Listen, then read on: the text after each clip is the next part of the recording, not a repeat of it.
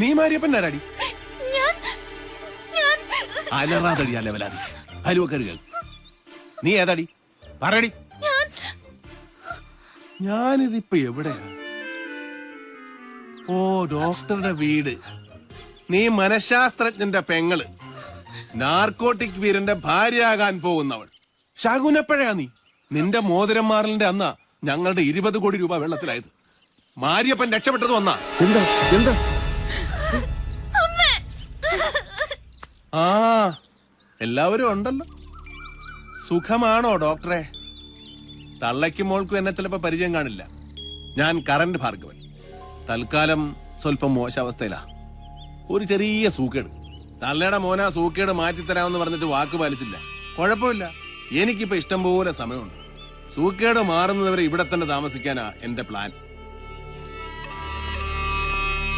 മനസമാധാനമില്ലാത്തതുകൊണ്ട് രാത്രി മുഴുക്ക വെള്ളവടിയായിരുന്നു. കുറച്ചുകൂടെ ഒന്ന് ഉറങ്ങണമെന്നുണ്ട്. വന്നാട്ടെ, എന്റെ കിടപ്പൂറി ഒന്ന് കാണിച്ചത്. എന്താണ് ഇതിന്റെയൊക്കെ അർത്ഥം? ഭാർഗവ, മര്യാദക്ക് ഇവിടുന്ന് പോകുന്നത് എനിക്ക് നല്ലത്. പോയില്ലെങ്കിൽ പോലീസിനെ വിളിക്കും. ആണോ? ഇതിലാണ് പോലീസിനെ വിളിക്കുന്നതെങ്കിൽ ഇതങ്ങ് കളഞ്ഞേക്കാം. എന്റെ ഈശ്വര, ഒരു കാര്യം ഞാൻ പറഞ്ഞേക്കാം.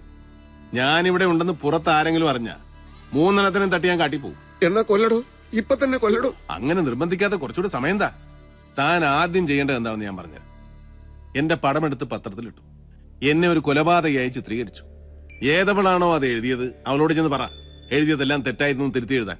അല്ലെങ്കിൽ അവളെയും കൊന്ന് ഞാൻ കാട്ടിപ്പോവും. ഇങ്ങനെ പലതവണ കാട്ടിപ്പോകുന്നതിലും നല്ലത് ഒരു തവണ പോയിട്ട് തിരിച്ചു വരാത്തതല്ലേ? അതോ ലോകം കോമഡി. കൈ കൈ. ആ, ഈ മുറി കൊള്ളാം. ഞാനേ ഒരല്പം വിശ്രമിക്കട്ടെ.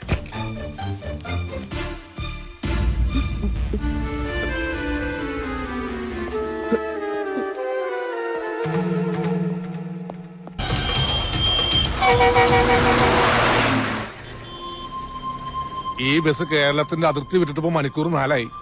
ഇനി പറ, സത്യത്തിൽ എന്താണ് സംഭവിച്ചത്? ഡ്രൈവർക്ക് പുറമെ 2 പേരാണ് വണ്ടിയിലുണ്ടായിരുന്നത്. എന്നെ എവിടെ കൊണ്ടുപോവുകയാണ് എന്ന് ഞാൻ ചോദിച്ചു. ദോഷം പറയരുതല്ലോ, അവന്മാരുള്ള സത്യം അങ്ങ് പറഞ്ഞു. കൊന്ന് കൊക്കയിലെറിയാൻ കൊണ്ടുപോകാടാ നായെ എന്നൊരുത്തൻ. നിനക്ക് കറണ്ട് ഭാർഗവനെ നന്നാക്കണം അല്ലേടാ ചെറ്റെ എന്ന് മറ്റവൻ. ഒരു കാര്യം എനിക്ക് മനസ്സിലായി, കൊക്ക എടുക്കാറാവുമ്പോ അവന്മാരെന്നെ തട്ടും. കാലിഫോർണിയ യൂണിവേഴ്സിറ്റിയെ മനസ്സിൽ ധ്യാനിച്ച് ഞാനൊരു പ്രയോഗം അങ്ങ് ചെയ്തു. ഒരുത്തന്റെ അസ്ഥാനത്ത് കയറി ഒരു മരണപ്പിടുത്തം, മറ്റവന്റെ ചെവി ആഞ്ഞൊരു കടി. 2 പേരുടെ മരണവെപ്രാളത്തിലുള്ള നിലവിളി കേട്ട് തിരിഞ്ഞു നോക്കിയപ്പോ ഡ്രൈവറുടെ നിയന്ത്രണം വിട്ടു. വണ്ടി ഒരു മരത്തിലിടിച്ചു. ഞാൻ റോഡിൽ തെറിച്ചു വീണു. പിന്നെ ഒരു ഓട്ടമായിരുന്നു. അവിടുന്ന് കുറെ ദൂരം ഓടിക്കഴിഞ്ഞപ്പോ ഒരു ലോഡ്ജ് കണ്ടു. ഭാഗ്യത്തിന് അവിടെ ഒരു മുറി കിട്ടി. അവിടുന്നാണ് ഞാൻ അലിയെ വിളിച്ചത്. കേരളം ഒരു ഭീകര സ്ഥലം തന്നെ അലി. സത്യത്തിൽ ലോഡ്ജിൽ വരാൻ എനിക്ക് ഭയമുണ്ടായിരുന്നു. ഭാർഗവനും ഡോക്ടറും കൂടി എന്നെ കൊല്ലാനുള്ള വല്ല പദ്ധതി ഇടുമെന്ന് ഞാൻ സംശയിച്ചു. പക്ഷെ ഡോക്ടറുടെ പൊട്ടിക്കരച്ചിൽ കേട്ടപ്പോ എനിക്ക് മനസ്സ് കഴിച്ചില്ല. പ്രതീക്ഷിക്കാത്ത നേരത്ത് സുനാമി തിരമാലകൾ വന്നപ്പോ മത്സ്യത്തൊഴിലാളിയും IAS-കാരനും ഒരേപോലെ നിലവിളിച്ചുകൊണ്ടാണോ ഓടിയത്. മരണത്തിന് മുമ്പിൽ മനഃശാസ്ത്രജ്ഞനും കൂലിവേലക്കാരനും വ്യത്യാസമില്ല. കറണ്ട് ഭാർഗവനെ നന്നാക്കും എന്ന് SP രാമനാഥനോട് മാത്രമേ ഞാൻ പറഞ്ഞിട്ടുള്ളൂ. അതെങ്ങനെ എന്നെ കൊല്ലാൻ വന്നവന്മാരറിഞ്ഞു? ഭാർഗവനെ നല്ലവനാക്കുകയോ? ചുമ്മാ തട്ടിവിട്ടതാടോ ഞാൻ. എന്തായാലും ഈ ജന്മത്തിൽ ഇനി കേരളത്തിലേക്കില്ല. ഡിണ്ടിക്കൽ ചെല്ലുമ്പോ ട്രപ്പീസ് വേലായുധനെ കണ്ടില്ലെങ്കിൽ ബാക്കി പരിപാടി അപ്പൊ ആലോചിക്കാം. ജംബോ സർക്കസ് ഡിണ്ടിക്കലിൽ കളിക്കുന്നുണ്ടെന്ന വിവരം കിട്ടിയല്ലോ.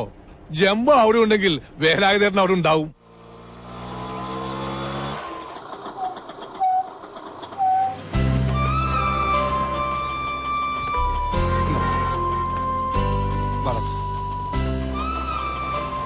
ஹலோ ஹலோ ட்ரிப்பிஸ் வேலாயுதன் சாரா உள்ள இருக்கிறாரு அனுப்புறேன். ஓ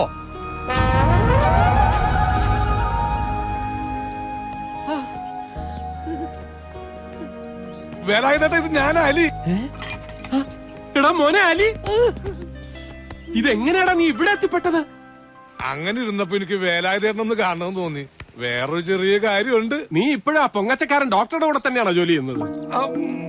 ആര് പറഞ്ഞു ഡോക്ടർ പൊങ്ങച്ചക്കാരനാണെന്ന്? നാട്ടിൽ വെച്ച് കണ്ടപ്പോ ഒരിക്കൽ നീ തന്നെയല്ലേ എന്നോട് പറഞ്ഞത് അമേരിക്കയിൽ പഠിച്ചതും ജോർജ് ബുഷിന് ഷേക്ക് ഹാൻഡ് കൊടുത്തതും ഒക്കെ എപ്പോഴും പറഞ്ഞുകൊണ്ട് നടക്കുന്ന ആ കോന്തനെ കുറിച്ച് ഓർമ്മയില്ലേ? അതും പറഞ്ഞ അന്ന് നമ്മൾ എത്രയാണാ ചിരിച്ചത്. അതൊക്കെ പോട്ടെ വേലായുധേട്ടാ. ഇതെന്റെ വളരെ വേണ്ടപ്പെട്ട സുഹൃത്താണ്. ഇവൻ നിന്റെ സുഹൃത്താ? ഇതെന്ത് സാധനം, എന്ത് വേഷം? അയ്യേ വൃത്തിയേട്.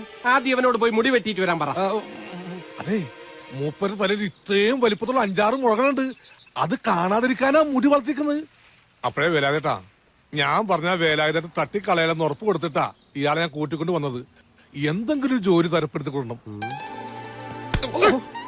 സർക്കസ് ഐറ്റം വല്ലോ അറിയാമോടെ? വേണമെങ്കിൽ പഠിക്കാമെന്നുള്ള അവസ്ഥയില്ല അല്ലേ? ഈ പ്രായത്തിൽ ഇവനിനി എന്ത് പഠിക്കാൻ? ഇതുവരെ എന്ത് ജോലിയാടാ ചെയ്തിരുന്നത്? ഞാനൊരു ഡോയ? അതെന്ത് ജോലി? ഡോർ ടു ഡോർ ഡെലിവറി ഒരു കമ്പനിയുടെ സാധനങ്ങൾ. ആ കമ്പനി ഇപ്പൊ എവിടെ പോയി? സുനാമി വന്നപ്പോ ഒലിച്ചു പോയി. സുനാമി വന്നു പോയിട്ട് കാലം എത്ര ആയടോ? അന്നു മുതൽ മറ്റൊരു ജോലിക്ക് വേണ്ടി ശ്രമിക്കുകയായിരുന്നു വേലായുധേട്ടാ. ഈ മൂശേട്ടെ കണ്ട ആരും ജോലി കൊടുക്കില്ല. അത് തന്നെ കാര്യം. പറയുന്ന എന്ത് ജോലിയും ചെയ്യാൻ തയ്യാറാണോ? ചിലപ്പോ മാനേജറുടെയും എന്റെയും തുണിയൊക്കെ അലക്കേണ്ടി വരും. ഇഷ്ടമുണ്ടെങ്കിൽ മതി. പണിയൊന്നും അറിഞ്ഞൂടാത്തവന് വേറെന്ത് പണി?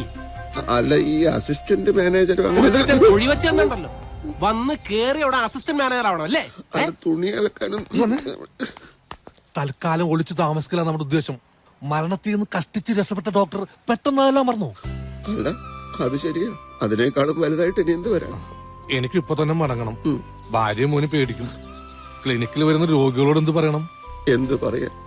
ഡോക്ടർ മരിച്ചുപോയി എന്നൊരു ബോർഡ് എഴുതി വെച്ചേക്ക്.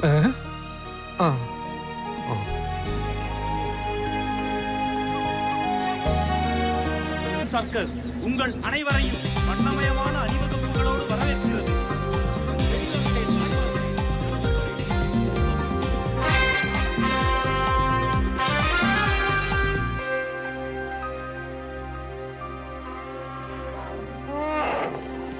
അത് ശരി.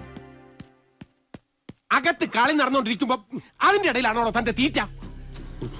ഉച്ചക്ക് കിട്ടിയത് കഴിച്ചിട്ട് വിശപ്പ് മാറിയില്ല. ഇതൊരു നേപ്പാളി തന്നതാ. എന്നാലേ നാളെ മുതൽ തനിക്ക് ഇലയിട്ട് സദ്യ വിളമ്പി തരാം.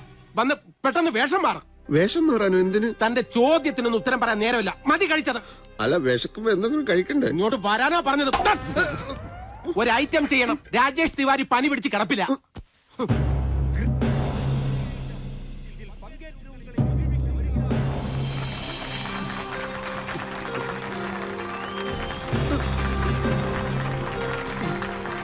ഈ പീരങ്കിക്കകത്തോട്ട് കയറ്. അയ്യോ, ഇതിനകത്തോ? ഞാൻ സർക്കസ് പഠിച്ചിട്ടില്ലെന്ന് പറഞ്ഞതല്ലേ. ഇങ്ങനെയൊക്കെയല്ലേ ഓരോന്ന് പഠിക്കുന്നത്. അല്ലെങ്കിൽ തന്നെ ഇതിലെന്ത് പഠിക്കാനിരിക്കുന്നു? ചുമ്മാ കയറി കിടന്നാ മതി. അന്നാമന്മാര് കൊന്നാ മതിയായിരുന്നു. ഒറ്റയടിക്ക് തീർന്നേനെ. ഇത് കൊലയാണല്ലോ. കിടന്ന് പിറുപിറുക്കാതെ കേറടാ കഴുത.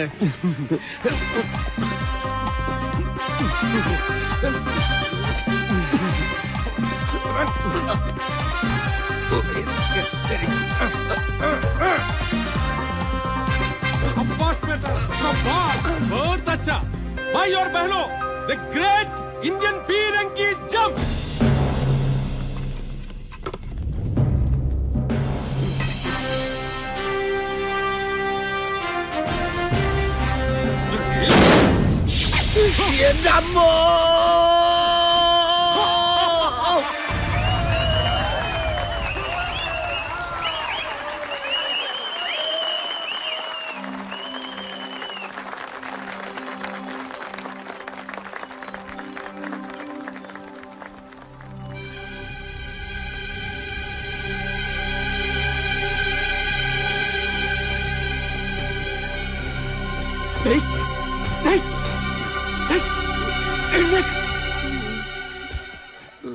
എഴുന്നേറ്റ് താഴെ വരാൻ. താഴെ വരാൻ.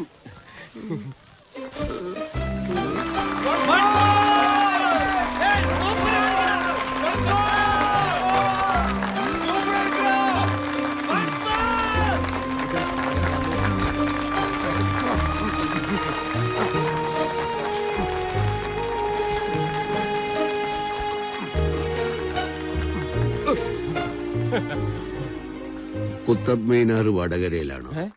അതെ അതെ അതെ, പണ്ട് മുതലേ അവിടെ തന്നെ. മോമ്പാ. വേലയിതാ ഇവന്റെ ഫോളിംഗ് അസലായിരുന്നു. Thank you sir. ഓഡിയൻസിന്റെ കണ്ണ് തള്ളിപ്പോയി. തിവാരിയുടെ പനി മാറിയാലും ഇനി ഈ ഐറ്റം ഇവൻ തന്നെ ചെയ്താൽ മതി. Okay sir. അടുത്ത തവണ വീഴുമ്പോ തല കുത്തി വീണ ഒന്നും കൂടെ നന്നായിരിക്കും. അത് ഈസി ആയിട്ട് ചെയ്യിക്കാം. ഇവനാണൊരു അഭ്യാസിയല്ലേ? ഇങ്ങോട്ട് വരാനാ പറഞ്ഞത്. വേലായുധേട്ട, എനിക്ക് നടുവേദനയുണ്ട്, അതുകൊണ്ട് അടുത്ത ഷോയ്ക്ക് ഞാൻ കയറിക്കൊള്ളാം. ഈ കളി കഴിയുമ്പോ നടുവേദനയൊക്കെ താനേ മാറിക്കൊണ്ടു. ഇവിടെ 30 വർഷമായി ഞാൻ ട്രപ്പീസ് കളിക്കാൻ തുടങ്ങിയിട്ട്. താനൊക്കെ ജീവിതത്തിൽ ട്രപ്പീസ് കളിച്ച് തടി തപ്പാൻ നോക്കുന്ന ജാതി. തുണി അലക്കാനും കക്കൂസ് ഇടാനും പറഞ്ഞാൽ അനുസരിക്കില്ല. ഇങ്ങനെ തിന്നു മുടിക്കാനായി മാത്രം ഒരുത്തന്നെ ഇവിടെ ആവശ്യമില്ല.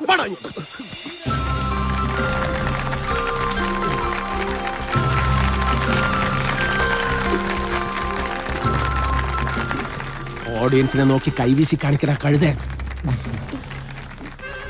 മതി മതി, കേറങ്ങോട്ടോ.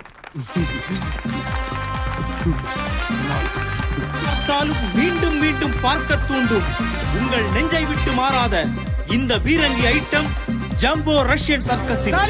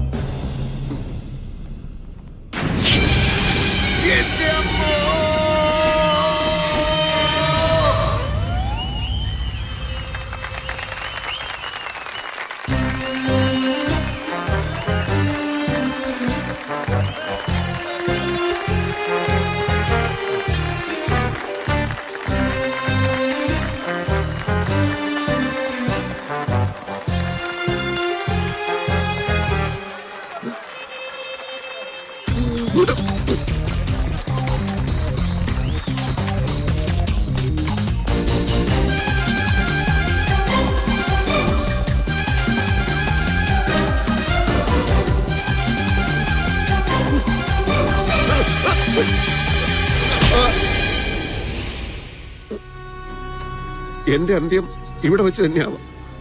ചുറ്റും ചില കെട്ടിടങ്ങളുണ്ടെന്നല്ലാതെ ആളനക്കം കാണാനില്ല. നിലവിളിച്ചാ പെട്ടെന്നാരും വരുമെന്ന് തോന്നുന്നില്ല. കത്തിയോ തോക്കോ എന്താന്ന് വെച്ചാൽ എടുത്തോളൂ, ഞാൻ റെഡിയാണ് മരിക്കാൻ.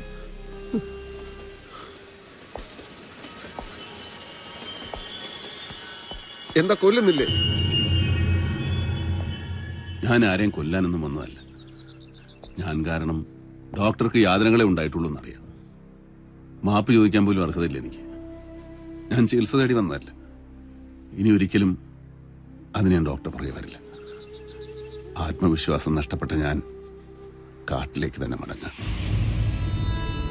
നേരത്തെ തീരുമാനിക്കപ്പെട്ടതാണ് എൻ്റെ വിധി. അതവിടെ വെച്ച് എനിക്ക് കിട്ടട്ടെ. ഡോക്ടർ നാട്ടിലേക്ക് വരും, പഴയ ജീവിതത്തിലേക്ക്. അത് പറയാമെന്നാ ഞാൻ. അതിനി വെറും സ്വപ്നമാണ്. ഞാൻ എങ്ങോട്ടുമില്ല. താൻ കൊല്ലുന്നുണ്ടെ കൊല്ലടോ. ഡോക്ടർ, ഞാൻ പറയുന്നത് കേൾക്ക്. ഞാൻ കാട്ടിലേക്ക് മടങ്ങിയാൽ ഡോക്ടറെ കൊല്ലാൻ ആരും വരില്ല. എന്ന് വെച്ചാൽ അതൊന്നും വിശദീകരിച്ചിട്ട് കാര്യമില്ല. ഡോക്ടർ ഞാൻ പറയുന്നത് വിശ്വസിക്കും. തന്നെ പോലൊരാൾക്ക് എന്റെ കാര്യത്തിൽ ഇത്ര ഉത്കണ്ഠ എന്തിന്? കുറ്റബോധവും മാപ്പ് ചോദിക്കാനുള്ള ആഗ്രഹമൊക്കെ നന്മയുള്ള മനസ്സിലേ ഉറവെടുക്കൂ. ഇത് സത്യമാണെങ്കിൽ കുറച്ചു നാളുകളായി തന്റെ ഉള്ളിൽ താൻ പോലും അറിയാതെ വീണ്ടും വിചാരത്തിന്റെ ഒരു വടംവലി നടക്കുന്നുണ്ടാവണം. ദീർഘകാലമായുള്ള തെറ്റുകളിൽ നിന്നുള്ള മോചനം, നന്മയുള്ള ഒരു ജീവിതത്തിന് വേണ്ടിയുള്ള ദാഹം. അതുകൊണ്ടല്ലേ മറ്റുള്ളവരെ അപായപ്പെടുത്താൻ ആയുധമെടുക്കുമ്പോൾ കൈവിറയ്ക്കുന്നത്? അതുകൊണ്ടല്ലേ ആത്മധൈര്യം ചോർന്നതായി അനുഭവപ്പെടുന്നത്? അത് തിരിച്ചറിയാൻ ഭാർഗവന് കഴിഞ്ഞില്ല. ഉള്ളിന്റെ ഉള്ളിൽ നടന്ന ആ സംഘർഷമാണ് ഭാർഗവന്റെ രോഗം. നന്മയുള്ളൊരു ജീവിതമേ ഇനി വേണ്ടൂ എന്ന് ഭാർഗവൻ തീരുമാനിച്ചാൽ മതി. അപ്പോ ശക്തനായ ആത്മവിശ്വാസമുള്ള ഭാർഗവൻ പുനർജനിക്കും.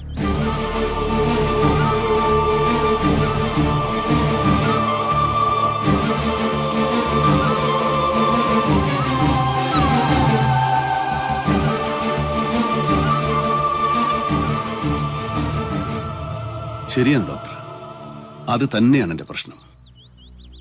ആഗ്രഹിക്കാത്ത സാഹചര്യങ്ങളിലേക്ക് പലപ്പോഴും ഞാൻ വലിച്ചെറിയപ്പെടുകയായിരുന്നു. ഡോക്ടർക്കറിയാമോ, വിഷം കുടിച്ച എന്റെ അച്ഛൻ മരിച്ചത്. എന്നെ പ്രസവിച്ച് അധികം കഴിയുന്നതിന് മുമ്പ് എന്തോ രോഗം വന്ന് കട്ടിലിൽ നിന്ന് എഴുന്നേക്കാൻ വയ്യാത്ത അവസ്ഥയിലായിരുന്നു അമ്മ.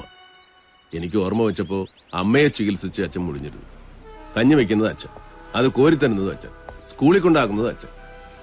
9ാം ക്ലാസ്സിലെത്തിയപ്പോ ഫീസ് കൊടുക്കാൻ പറ്റാതെ എന്റെ നിൽപ്പെന്നും സ്കൂളിന്റെ വരാന്തയിലായിരുന്നു. അമ്മാവന്റെ ഒരു മകള് കല്യാണം കഴിച്ച് ഭർത്താവിനോടൊപ്പം നാഗാലാൻഡിലുണ്ടായിരുന്നു.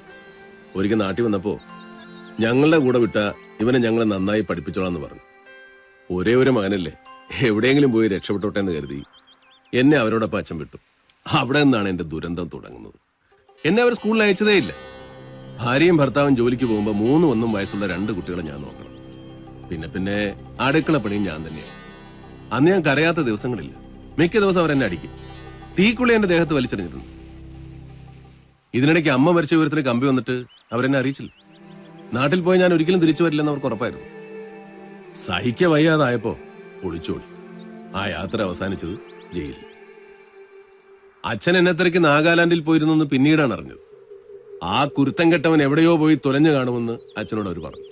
അമ്മ മരിച്ച് തനിച്ചായ അച്ഛന് അത് താങ്ങാവുന്നതിനപ്പുറമായിരുന്നു. അധികം വൈകാതെ അച്ഛൻ വിഷം കഴിച്ചു മരിച്ചു. എപ്പോഴും നാട്ടിലെത്തപ്പോഴാണ് ഞാൻ അറിയുന്നത്. പക്ഷേ മദിരാശിയിൽ ഒരു ഹോട്ടലിൽ 2 കൊല്ലം എച്ചിൽ കഴുകി സ്വരൂപിച്ചു വെച്ച പണവും കൊണ്ട് ഒരിക്കൽ കൂടെ ഞാൻ നാഗാലാൻഡിൽ പോയി. എന്റെ അമ്മാവന്റെ മകളെന്ന് പറഞ്ഞവളെ ഞാൻ തല്ലി ചതച്ചു. അവളുടെ മൂക്കിന്റെ പാലം ഞാൻ ചവിട്ടി അരച്ചു. എതിരാളിയെ ആക്രമിക്കാൻ ശീലിച്ചത് അന്ന് മുതൽക്കായിരിക്കണം. അപ്പൊ അച്ഛനെ പറ്റി അന്ന് എന്നോട് പറഞ്ഞതൊക്കെ? അച്ഛനെ പറ്റി സ്നേഹത്തോടെ സംസാരിക്കുമ്പോൾ എനിക്ക് കരച്ചിൽ വരും. അതുകൊണ്ട് അന്നങ്ങനെ പറഞ്ഞേ ഉള്ളൂ. ഭാർഗവൻ, നല്ലവനായ അച്ഛന്റെ നല്ലവനായ മകനാണ് നിങ്ങൾ. ഇടയ്ക്ക് സംഭവിച്ചതെല്ലാം സാഹചര്യങ്ങൾ മാത്രം. ആ സാഹചര്യങ്ങളിൽ നിന്ന് പരിപൂർണമായി പിന്മാറാതെ നിങ്ങൾക്ക് സ്വസ്ഥതയുണ്ടാവില്ല.